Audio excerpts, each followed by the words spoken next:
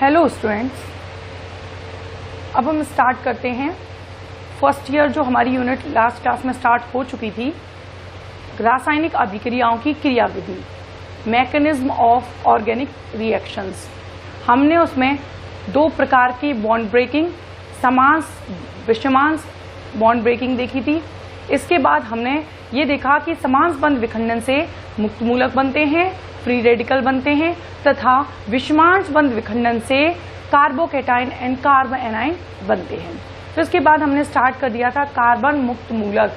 Carbon मुक्त मूलक 4 type के बताए थे, 1 डिग्री प्राथमिक प्राइमरी, 2 डिग्री द्वितीयक टर्शरी, 3 डिग्री तृतीयक सेकेंडरी और फिर टर्शरी, 2 डिग्री सेकेंडरी और 3 डिग्री टर्शरी, और लास्ट था मैथिल मुक्त मूलक। इसके बाद मैंने कार्बन मुक्त मूलक, कार्बन फ्री रेडिकल के स्टेबिलिटी के बारे में बात की थी। मैंने बताया था कि जो कार्बन मुक्त मूलक होता है वो इलेक्ट्रॉन डेफिशिएंट स्पीसीज होती है, मतलब उसके पास इलेक्ट्रॉन्स की कमी होती है, जिसके कारण वो एक अस्थायी स्पीसीज है। क्यों? क्योंकि इलेक्ट्रॉन की कमी की वजह से उसमें अष्टक ऑक्टेट कंप्लीट नहीं हो पाता, इसीलिए उसकी स्टेबिलिटी कम होती है। अब मैंने लास्ट क्लास में ये भी बताया था कि अगर कोई ऐसे कारक, ऐसे फैक्टर्स जो उसकी इलेक्ट्रॉन डेफिशिएंसी को कम करे, मतलब जो उसमें इलेक्ट्रॉन्स की कमी है उसकी पूर्ति कर दे, तो वो उसकी स्टेबिलिटी को इंक्रीज करते हैं, उसकी स्टेबिलिटी को बढ़ाते हैं। ऐसा एक फैक्टर बताया था मैंने, प्लस आई प्रभाव, इंडक्टिव इफेक्ट, प्रेरणिक प्रभाव। वो क्या करते हैं? इलेक्ट्रॉन्स डोनेट करते हैं, इलेक्ट्रॉन्स देते हैं, और उसकी जो इलेक्ट्रॉन्स की कमी है उसको पूरी करके उसके स्थायित्व को इंक्रीज कर देते हैं। उससे मैं पहले प्लस आई प्रभाव इफेक्ट कंप्लीट कर चुकी थी। इसके बाद नेक्स्ट टॉपिक स्टार्ट करते हैं जो स्टेबिलिटी को बढ़ाता है, कार्बन मुक्त मूलक की स्टेबिलिटी को बढ़ाता है। नेक्स्ट है हाइपर कॉन्जुगेशन, अति संयुग्मन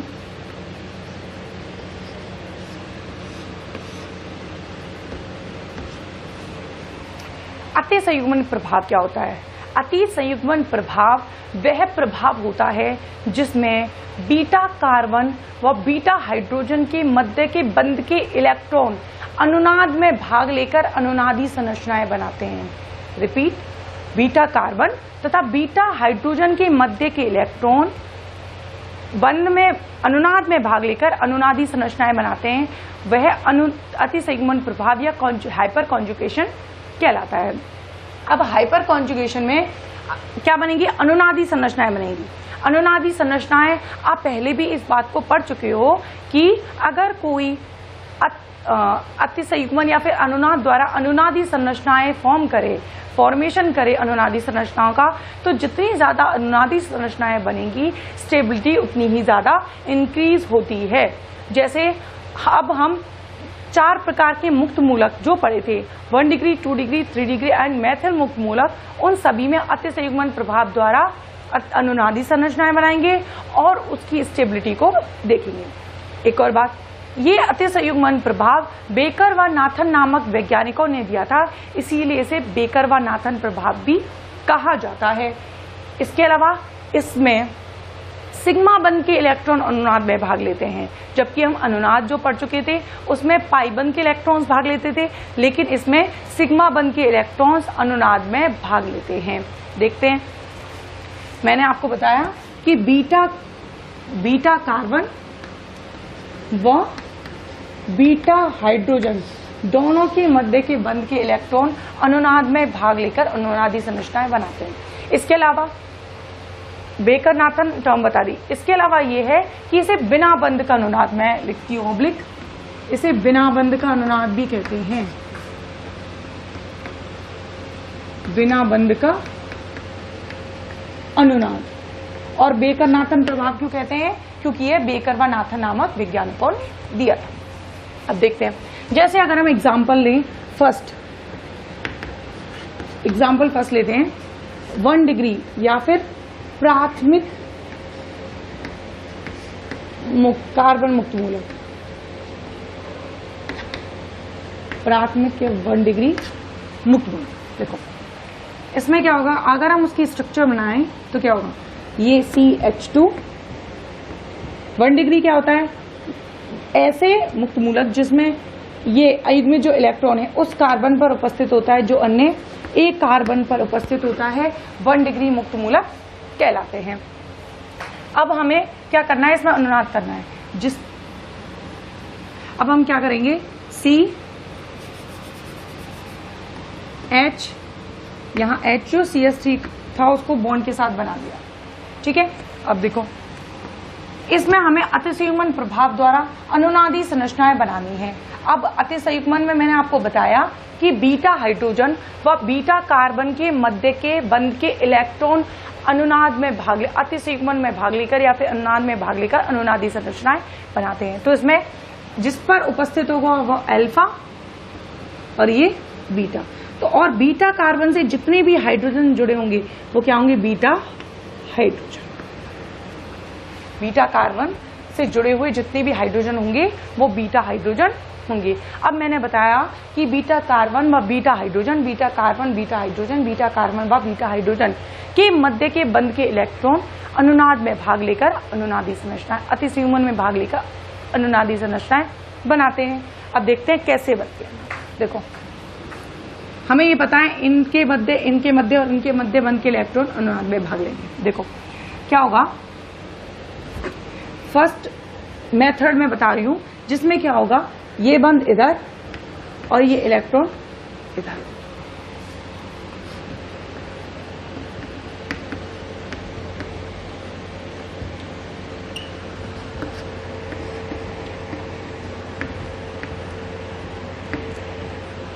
ये उसकी होगी अनुनादी संरचना। अब इस अनुनादी संरचना में आपको दिखाई दे रहा होगा कि कार्बन और हाइड्रोजन के बीच में कोई बंध उपस्थित नहीं है। हाइड्रोजन के पास एक इलेक्ट्रॉन प्रेजेंट है, लेकिन बंध ना होते हुए भी हाइड्रोजन अपनी जगह को नहीं छोड़ता है, इसीलिए इसे बिना बंध का अनुनाद, क्योंकि इसमें बंध नहीं, इसीलिए इसे बिना बंध का अनुनाद भी कहा जाता है। इसके आगे अब नेक्स्ट अनुनादी संरचना में क्या होगा? ये यहां गया, ये बॉन्ड इधर और ये इलेक्ट्रॉन।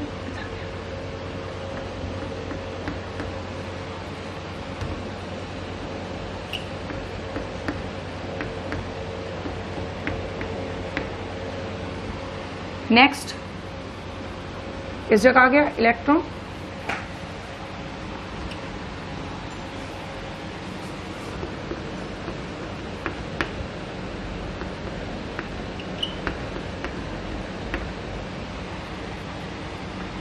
नेक्स्ट बॉन्ड इधर, इलेक्ट्रॉन इधर। सेम जो स्ट्रक्चर हमें मिली थी वही आ जाएगी।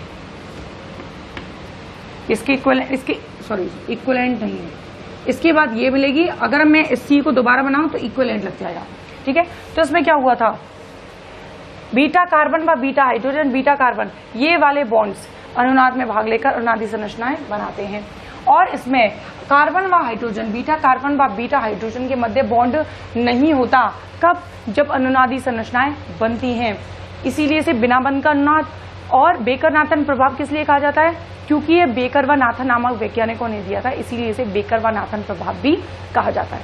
इसके बाद एक और इम्पोर्टेंट पॉइंट ये है कि इसमें जितने बीटा हाइड्रोजन होते हैं उससे एक अधिक अनुनादी संरचना बनती है। एक अधिक अनुनादी संरचना बनती है। जितने बीटा हाइड्रोजन होंगे उससे एक अधिक, ठीक है। टेस्ट करते हैं कितने बीटा हाइड्रोजन है इसमें? 1 2 3, 3 बीटा हाइड्रोजन है। और कितनी अनुनादी संरचना बताई मैंने? एक अधिक, 4 अनुनादी। तो 1 2 3 4, जितने बीटा हाइड्रोजन होंगे उससे एक अधिक अनुनादी संरचना बनती है। अब आपको इसमें दिखाई दे रहा होगा अनुनादी संरचना बनती है। तो अनुनादी संरचना बनने से क्या होगा? स्टेबिलिटी बढ़ेगी। अनुनादी संरचनाएं बनती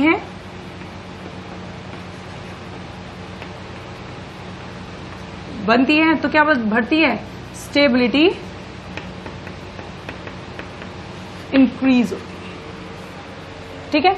यहां पर फर्स्ट कंप्लीट किया अतिसंयुग्मन प्रभाव का एग्जांपल 1 डिग्री मुक्त मूलक। 1 डिग्री मुक्त मूलक में कितने बीटा हाइड्रोजन थे? 3 बीटा हाइड्रोजन थे। तो उससे कितनी अनुनादी संरचनाएं बनेंगी? 4 अनुनादी संरचनाएं बनेंगी।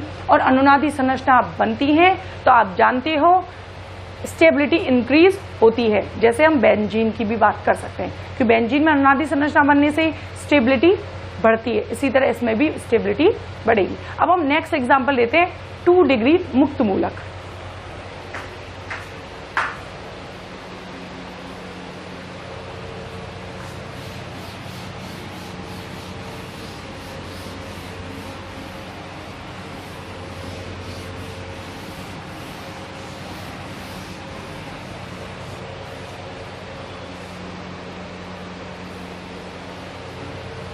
क्या होता है 2 डिग्री मुक्त मूलक? हम 2 डिग्री कार्बन मुक्त मूलक की बात कर रहे हैं, तो CH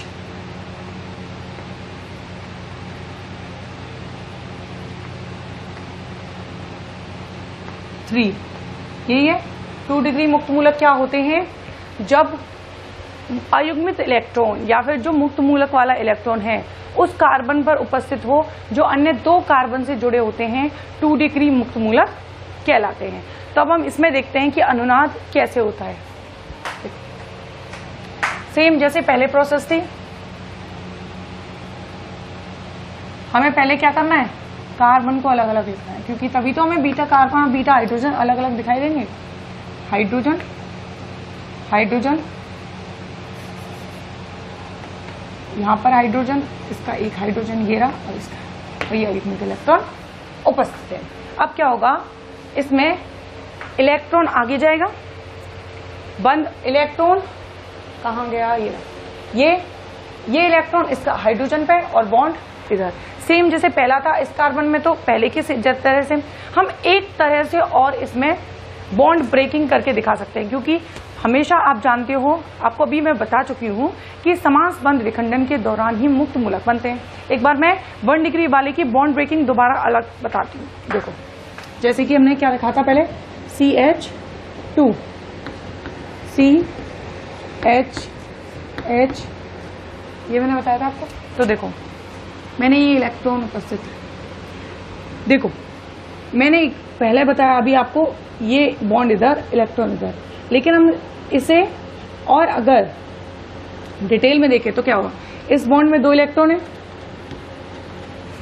2 इलेक्ट्रॉन है, ये बॉन्ड ब्रेक किया हमने, कौन सा, समांस बंध विखंडन के दौरान, 1 इलेक्ट्रॉन इधर 1 इलेक्ट्रॉन इधर गया, तो मैं बॉन्ड ब्रेक कर रही हूं। क्या होगा, 1 इलेक्ट्रॉन इधर और 1 इलेक्ट्रॉन कार्बन पर, 1 इलेक्ट्रॉन हाइड्रोजन पे आ गया। एक मिनट,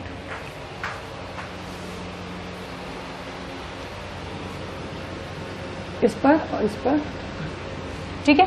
अब आप जानते हो एक बॉन्ड में 2 इलेक्ट्रॉन होते हैं, तो 1 इलेक्ट्रॉन ये और 1 इलेक्ट्रॉन ये, दोनों आपस में बंध बनाएंगे।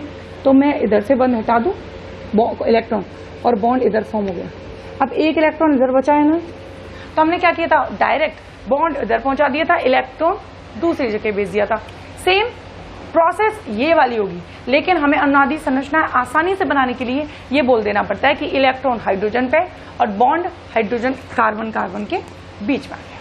सेम इसी तरह से इन जो अब 2 डिग्री 3 डिग्री मैथिल मुक्त मूलक सभी की अनुनादी स्ट्रक्चर्स को समझ सकते हैं, लेकिन अनुनादी संरचना बनाने के आसान तरीके के लिए हम डायरेक्ट बॉन्ड को और इलेक्ट्रॉन को घुमाते रहते हैं। ठीक है, तो आगे हम इसकी अनुनादी संरचनाएं कंप्लीट करते हैं। देखो क्या होगा, इसमें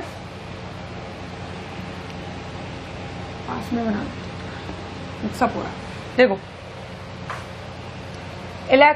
बॉन्ड इधर इलेक्ट्रॉन इधर,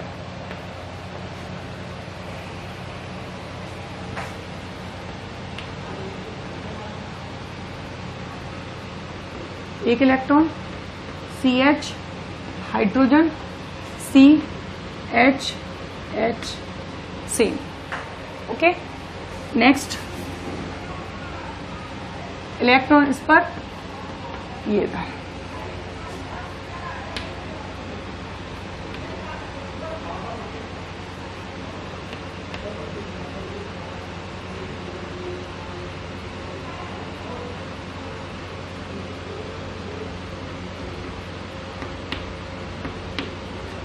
ओके। नेक्स्ट फिर ये बॉन्ड इधर इलेक्ट्रॉन इधर, मैं एरो लगा के इलेक्ट्रॉन्स की मूवमेंट को दिखा रही हूँ।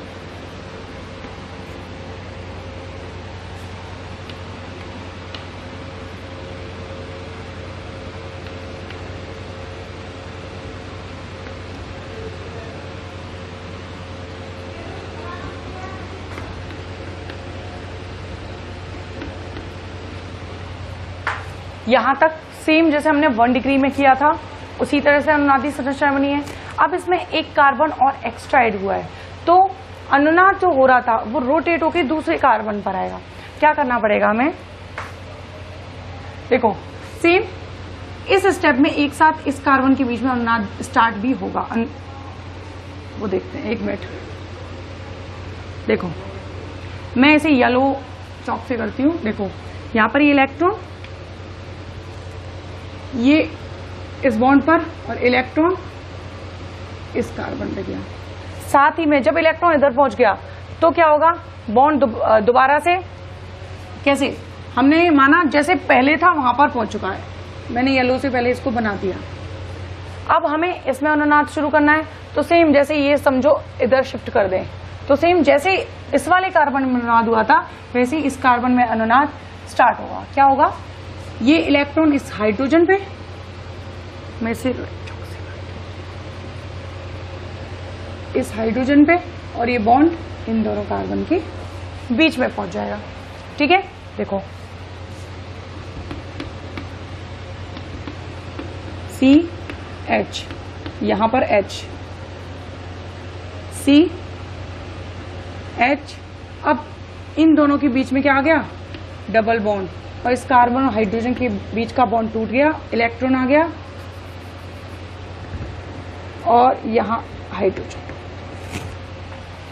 आई होप आपको समझ में आ रहा होगा। इसके बाद आगे इलेक्ट्रॉन अब यहां पर शिफ्ट हो गया, यहां से बॉन्ड इधर, इलेक्ट्रॉन इधर। नेक्स्ट स्टेप में जब इलेक्ट्रॉन इधर आएगा, इलेक्ट्रॉन इधर, बॉन्ड इधर, सेम जैसे पहले होगा। देखिए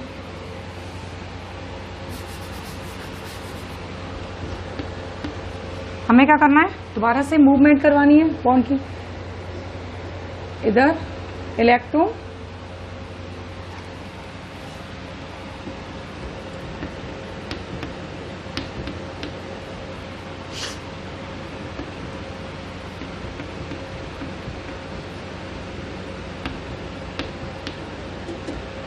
इसके बाद फिर से इलेक्ट्रॉन शिफ्ट होगा, बॉन्ड इधर, इलेक्ट्रॉन,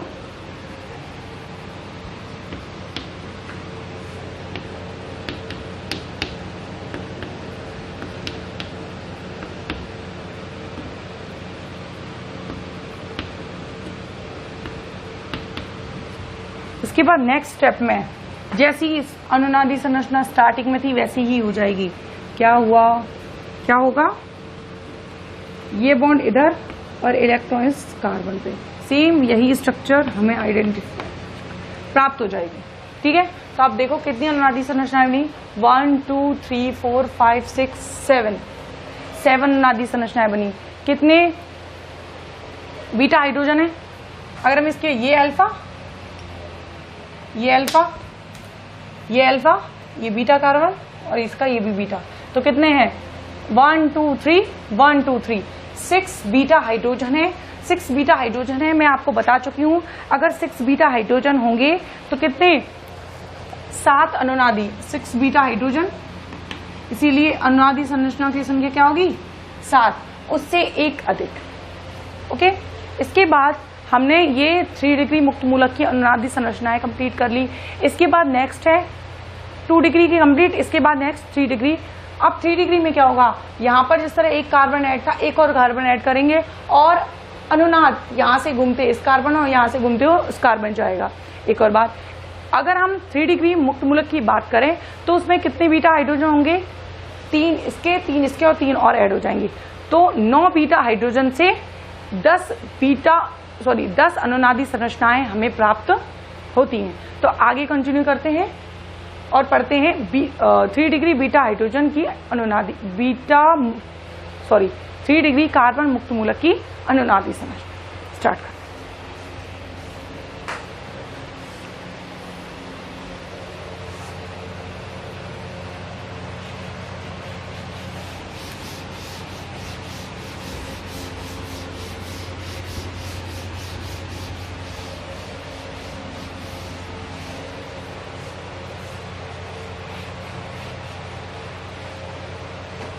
देखो नेक्स्ट है 3 डिग्री कार्बन मुक्त मूलक की अति संयुग्मन प्रभाव द्वारा अनुनादी संरचना है। देखते हैं क्या होगा। कार्बन C क्या होगा CH3, यहां पर CH3 और ये CH3। वह मुक्त मूलक, वह कार्बन मुक्त मूलक जिसमें मुक्त मूलक या मुक्त इलेक्ट्रॉन या अयुग्मित इलेक्ट्रॉन उस कार्बन पर उपस्थित होता है जो अन्य 3 कार्बन से जुड़े होते हैं, 3 डिग्री मुक्त मूलक कहलाते हैं। तो आगे हम इसकी अनुनादी संरचना बनाएंगे। अब क्या करेंगे, सबसे पहले इनको बॉन्ड के साथ बनाते हैं।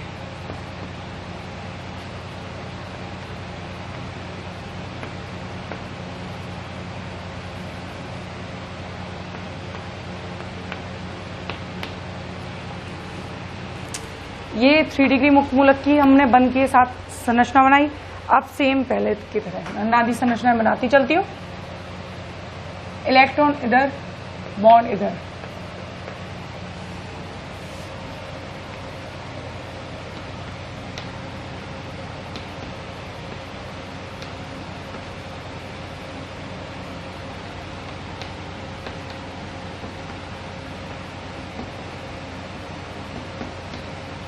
इसके बाद नेक्स्ट इलेक्ट्रॉन इधर, बॉन्ड इधर।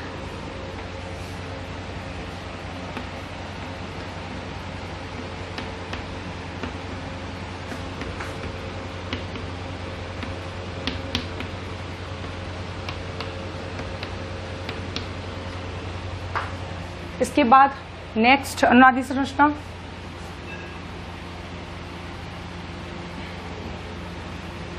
इलेक्ट्रॉन इधर और ये बॉन्ड इधर।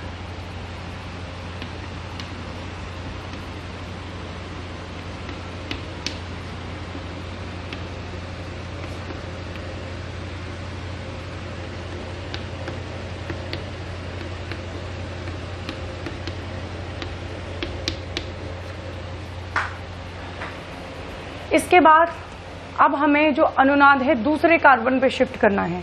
तो क्या होगा, ये देखो, ये इलेक्ट्रॉन इधर आएगा, ये पॉइंट, ये इलेक्ट्रॉन सॉरी ये बॉन्ड इधर, इलेक्ट्रॉन इधर। तो हमने बॉन्ड इधर, इलेक्ट्रॉन इधर।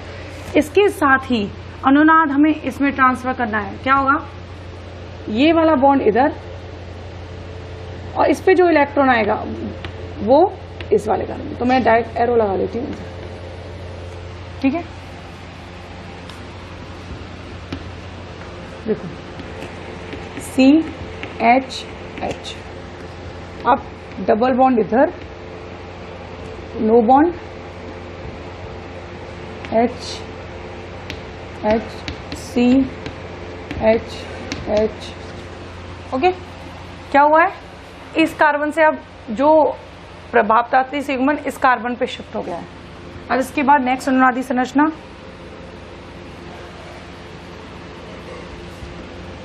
बॉन्ड इधर, इलेक्ट्रॉन इधर ट्रांसफर।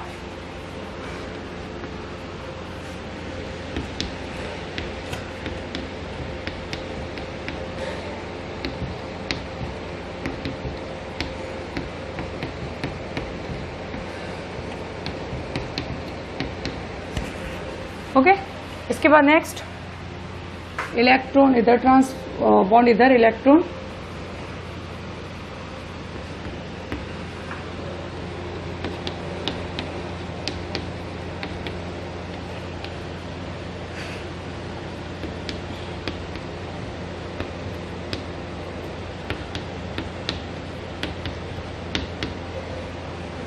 इसके बाद अब हमें फिर इस कार्बन से, क्योंकि इन तीनों को हम अपने एक दूसरे कार्बन से रिप्लेस कर चुके हैं, अब इसके बाद हमें नेक्स्ट कार्बन पर अनुनाद को शिफ्ट करना है, तीसरे सिग्मन को शिफ्ट करना है।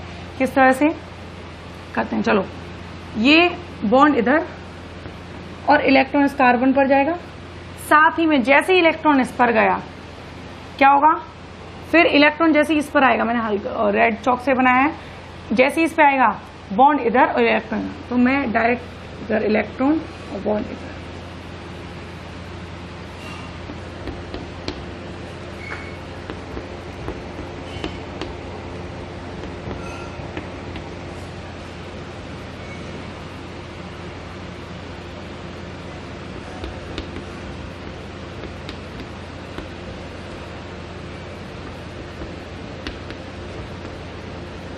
इलेक्ट्रॉन अब यहां पर शिफ्ट हो चुका है। इसके बाद इलेक्ट्रॉन इधर, बॉन्ड इधर,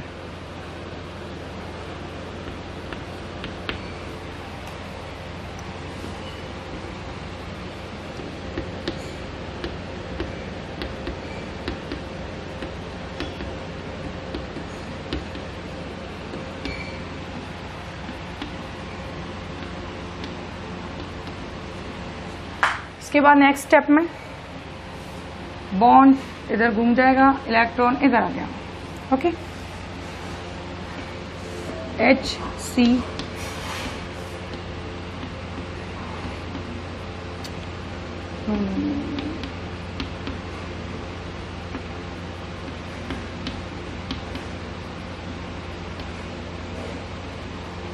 कार्बन पे इलेक्ट्रॉन, बॉन्ड इधर पहुंच गया। साफ साफ क्लियर बना दिया। और यहाँ हाइड्रोजन है, इलेक्ट्रॉन यहाँ पर पहुंच चुका है। अब इसके बाद जो अनादि संरचना ये थी, ये प्राप्त होगी।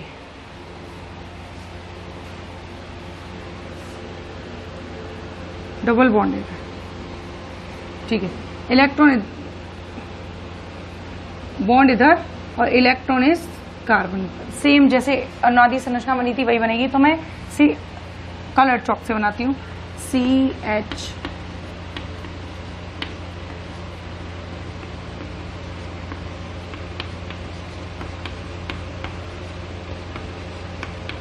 और इलेक्ट्रॉन दोबारा कहाँ पहुंच गया, इस कार्बन पर पहुंच चुका है। तो अब अगर हम अनुनादी संरचनाओं की बात करें तो ये सबके इक्वलेंट बना देते हैं। अगर अनुनादी संरचनाओं की बात करें तो कितनी अनुनादी संरचनाएं प्राप्त हो रही हैं हमें, कितने, 3, 6, 9, तो 10 अनुनादी संरचना होती हैं। 1, 2, 3, 4, 5, 6, 7, 8, 9, 10, ये तो सेम है पहले जैसी। तो कितनी अनुनादी संरचनाएं मिली हमें, 9 बीटा हाइड्रोजन से 10 अनुनादी संरचनाएं हमें प्राप्त हो गई।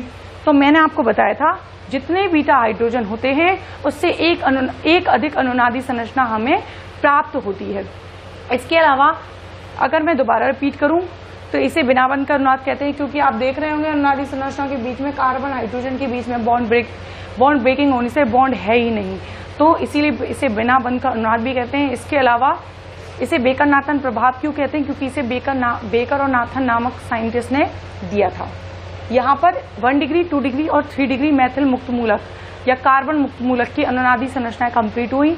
तो आपने देखा होगा कि पहले में 3 बीटा हाइड्रोजन थे, 3 थे तो 4 अनुनादी संरचनाएं, दूसरे में 6 थी तो 7 और इसमें 10। तो आपने देखा होगा 1 डिग्री में कितनी मिली थी, 4, 2 डिग्री में 6 और 3 डिग्री में 10। तो जितनी अनुनादी संरचना इसमें 10 है तो इसका स्थायित्व ज्यादा, ये 2 डिग्री के लिए, ये 1 डिग्री के लिए, और इसका सबसे ज्यादा स्थायित्व। अब हम एक और बात कर लेते हैं, 4th टाइप मैथिल मुक्त मूलक। क्या था मैथिल मुक्त मूलक में,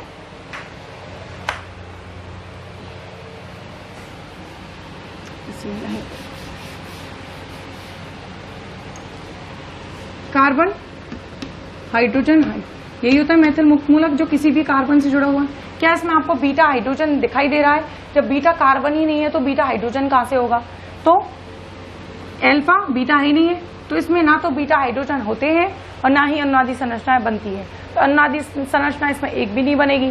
तो सबसे ज्यादा स्थायित्व कम स्थायित्व होगा इसका, क्योंकि इसमें अनुनादी संरचना नहीं बनती, स्टेबिलिटी को इंक्रीज नहीं किया जाता।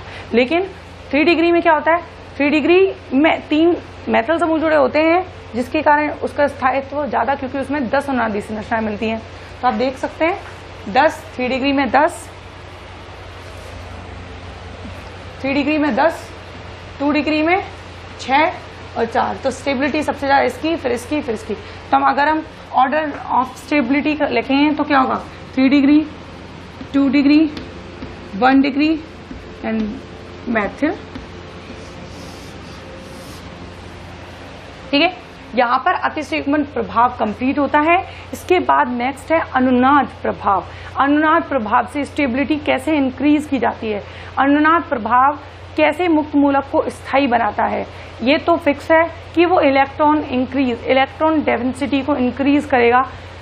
तो इसमें भी इलेक्ट्रॉन डेंसिटी को इंक्रीज किया गया है क्योंकि इसमें सारे प्लस आई प्रभाव वाले समूह जुड़े हुए हैं। इसके बाद नेक्स्ट अनुनाद प्रभाव, नेक्स्ट वेक्टर को आगे की नेक्स्ट वीडियो में कंप्लीट करेंगे। Thank you.